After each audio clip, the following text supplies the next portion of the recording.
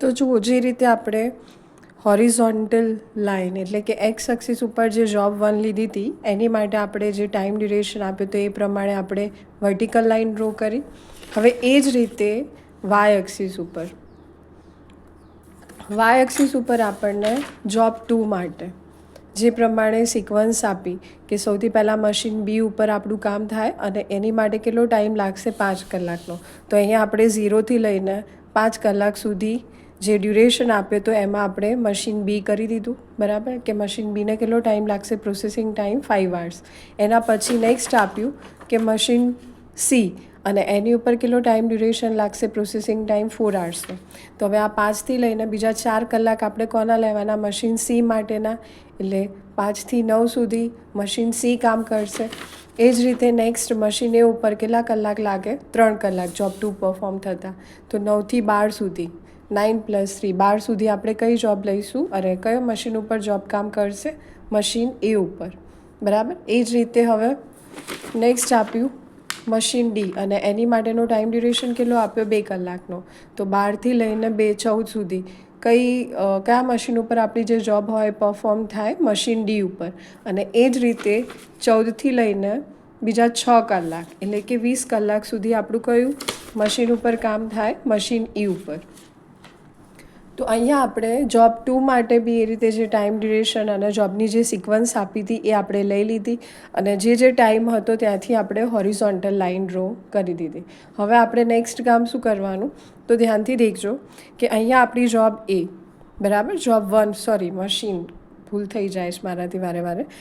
Job 1 માટે આપણે કયા મશીન ઉપર કામ કરવાનું, મશીન એ ઉપર. એ જ રીતે સેકન્ડ જોબ પરફોર્મ કરવા માટે આપણું મશીન એ કઈ જગ્યાએ, તો અહીંયા. તો આ બંનેનું જે ઇન્ટરસેક્શન પાર્ટ હોય એને આપણે આ રીતે શેડ કરી દઈશું.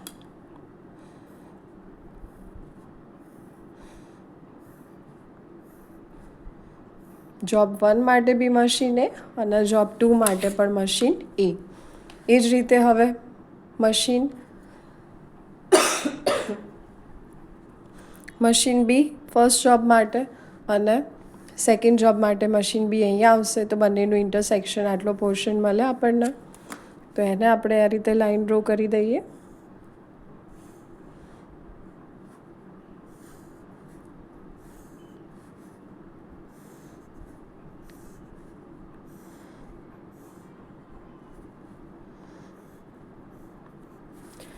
નેક્સ્ટ છે મશીન સી અને જોબ 2 માટે મશીન સી બંને અહીંયા આવશે. તો અહીંયા આપણે લાઇન ડ્રો કરી દઈએ આ બોક્સની અંદર.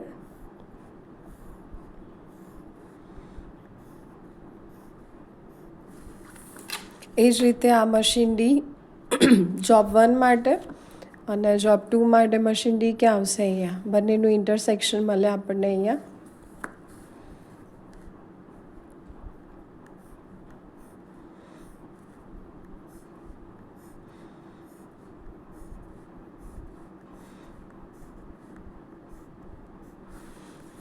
અને લાસ્ટમાં મશીન ઈ જોબ 1 માટે અને જોબ 2 માટે મશીન ઈ.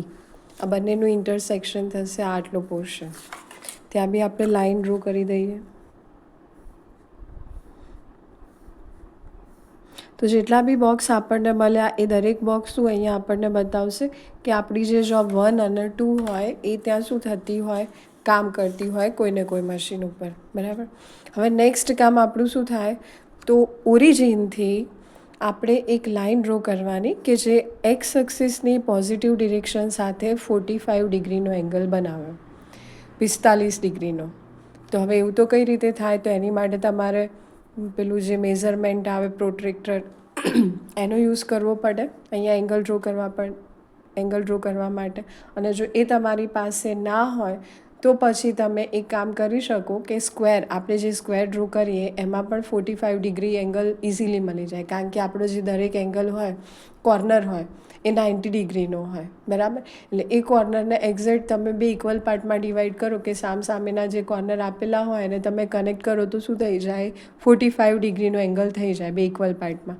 તો અહીંયા આપણે એક કામ કરીએ કે આ જે આપણને મળે 3 યુનિટ, અહીંથી આપણે બીજા 3 યુનિટ લઈ લઈએ. તો આ એક્ઝેક્ટ એની જે સામેની લાઈન આપણને મળશે અહીંયા. આ જે પોઈન્ટ આપણે ડ્રો કર્યું આખો એક સ્ક્વેર થઈ જાય, અને સ્ક્વેર માટે દરેક કોર્નર કેટલા ડિગ્રીનો હોય? 90 ડિગ્રીનો. તો આપણે ઓરિજિનથી સ્ટાર્ટ કરવાનું અને એવી લાઈન ડ્રો કરવાની કે જે એક્સ એક્સિસની પોઝિટિવ ડિરેક્શન સાથે કેટલો એંગલ બનાવે? 45 ડિગ્રીનો. ધ્યાન રાખવાનું. આપણે હવે બધી જગ્યાએ એવી લાઈન ડ્રો કરવાની. તો આ આપણે એક લાઈન ડ્રો કરી જે એક્ઝેક્ટ આપણને કેટલી ડિગ્રી આપશે? 45 ડિગ્રી. જો તમારી પાસે પેલું મેઝરમેન્ટ ના હોય તો તમે આ રીતે બી ડ્રો કરી શકો. ક્યાં પૂરું થયું? એ 3 યુનિટે. હવે જ્યાં આપણા બોક્સની અંદર આ રીતે લાઈન અથવા તો શેડ કરેલો હોય તો અહીંયા આપણી કોઈ એક્ટિવિટી કન્ટિન્યુ નહીં થાય, આપણે કંઈ બી નહીં કરી શકીએ. એટલે હવે આપણે કઈ રીતે જઈશું? અહીંયા આપણે એક પાથ ફાઇન્ડ કરવાનો થાય કે આપણે ઓરિજિનથી લઈને આપણો જે ફિનિશ ટાઈમ હોય, છેલ્લે જે આપણે બંને મશીન મતલબ કે જેટલા બી મશીન્સ હોય એની ઉપર આપણે જે બંને જોબ હોય, જે ટાસ્ક હોય એ કમ્પ્લીટ થતા હોય. તો એની માટે આપણે અહીંથી અહીં સુધી એક આખો પાથ ક્રિએટ કરીશું, ઓરિજિનથી લઈને જે ફિનિશ ટાઈમ હોય ત્યાં સુધીનો. તો હાલ તો આપણને અહીંયા આગળ લાઈન કન્ટિન્યુ નહીં થાય, બોક્સ આ રીતે શેડ કરેલો છે એટલે. તો અહીંયા આપણે જે પ્રમાણે વર્ટિકલ કે હોરિઝોન્ટલ લાઈન થતી હોય એ અહીંયા પૂરું થશે. હવે અહીંથી ફરીથી આપણે એક લાઈન ડ્રો કરવાની કે જે કેટલી ડિગ્રીનો એંગલ બનાવે? 45 ડિગ્રીનો એંગલ. એની માટે ફરીથી આપણે સ્ક્વેર ડ્રો કરવો પડે. તો તમે અહીંયા યુનિટ કાઉન્ટ કરો તો 3 થી 7, એટલે આ ટોટલ કેટલા યુનિટ થયા? 4 યુનિટ થયા, બરાબર. અને અહીંથી તમે જોશો તો 5 થી 9, આ પણ કેટલા યુનિટ થયા? 4 યુનિટ. એટલે કે ઓલરેડી આપણને અહીંયા એક્ઝેક્ટ શું આપેલો છે? સ્ક્વેર. એટલે આપણે અહીંયા જે મેઝરમેન્ટ લીધું એ રીતે લેવાની જરૂર નહીં પડે. આ કોર્નર ને આ કોર્નર તમે ડાયરેક્ટ આ રીતે કનેક્ટ કરશો, કારણ કે આ દરેક કોર્નર કેટલો થશે? 90 ડિગ્રીનો. તો આપણે જ્યારે આ બંનેને કનેક્ટ કરીશું તો આપણો જે એંગલ હોય એ કેટલો થઈ જાય? 45 ડિગ્રીનો. હવે આને તમારે આગળ કન્ટિન્યુ કરવું હોય તો તમે કરી શકો, કારણ કે અહીંયા કોઈ શેડેડ બોક્સ આપેલું નથી. અને અહીંથી કન્ટિન્યુ કરશો એટલે આ દરેક બોક્સ આગળ આપણે 45 ડિગ્રીનો એંગલ બનાવવાનો થાય. તમે સમજો, જ્યાં જ્યાં ખાલી બોક્સ હોય ને આપણે અહીંથી આ રીતે પાથ તોડવાનો નહીં, એને કન્ટિન્યુઅસ લેવાનો. તો અહીંથી એ 45 ડિગ્રીનો એંગલ તો તમે આ રીતે લેશો તો બી તમને મળી જશે. અને ના કરવું હોય, નવેસરથી લેવું હોય તો અહીંયા આપણને 2 યુનિટ મળે. તો અહીંથી તમારે 2 યુનિટ કાઉન્ટ કરવા પડે. એટલે અહીંયા જે તમને 11 આપ્યા એ પ્રમાણે તમે જો આ રીતે લાઈન ડ્રો કરી દો એક્ઝેક્ટ આ પોઈન્ટ આગળ, તો અહીંયા શું થાય? આપણો આ સ્ક્વેર બની જાય 2 યુનિટનો. આ 2 યુનિટ, આ 2 યુનિટ, આ 2 યુનિટ ને 2 યુનિટ. તો અહીંયા આપણો જે 45, અને તમે લાઈન કન્ટિન્યુ કરશો તો બી તમને દેખાશે, જુઓ કે એક્ઝેક્ટ કેટલાનો બને? 45 ડિગ્રીનો એંગલ. તો આ રીતે આપણી લાઈન હવે અહીંથી આગળ નહીં જાય, કારણ કે અહીંયા આપણું શેડેડ બોક્સ આપ્યું. એટલે આપણે અધ વચ્ચે નહીં જઈએ, આટલે આપણે પૂરું કરી દઈશું, બરાબર. અને એમ બી અહીંથી તમે લેશો એટલે 45 ડિગ્રી માટે આટલે સુધી જાય. ફરીથી આપણે શું કરીશું? હવે એક વર્ટિકલ લાઈન ડ્રો કરીશું, કારણ કે અહીંથી તો આપણો કોઈ એંગલ નહીં બને. અને આગળ ક્યાં સુધી?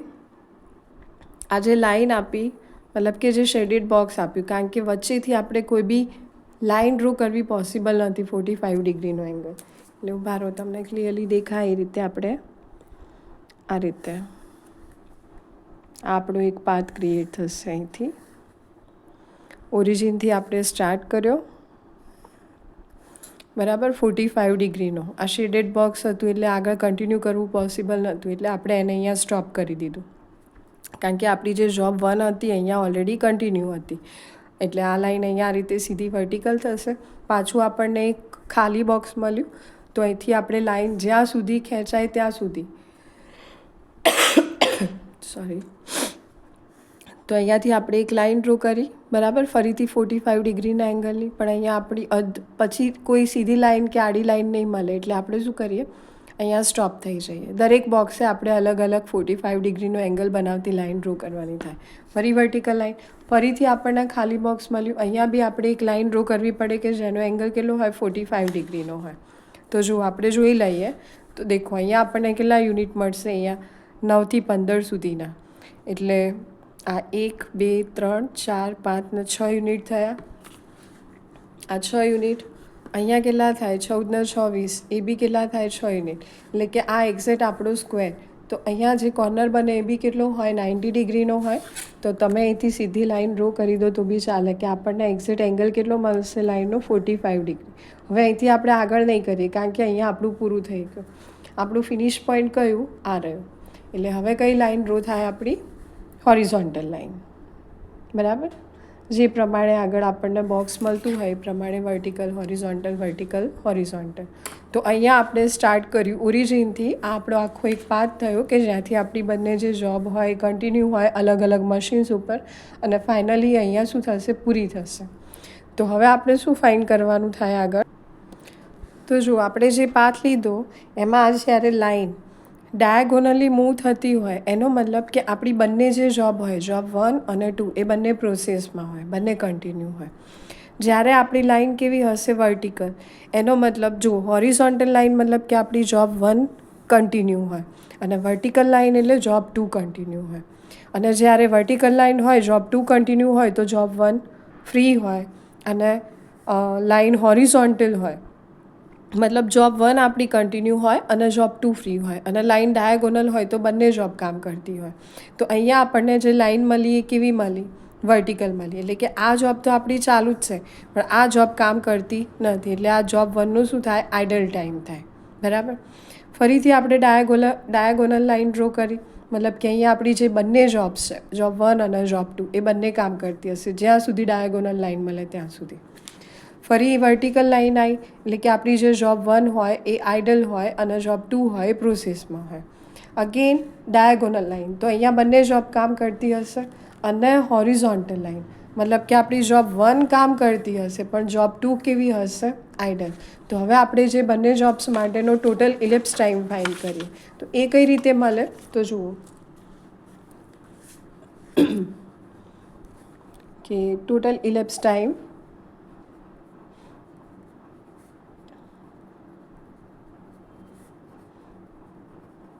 કોની માટે, જોબ 1 માટે, ફોર જોબ 1. તો એની ફોર્મ્યુલા થાય કે પ્રોસેસિંગ ટાઈમ ઓફ જોબ 1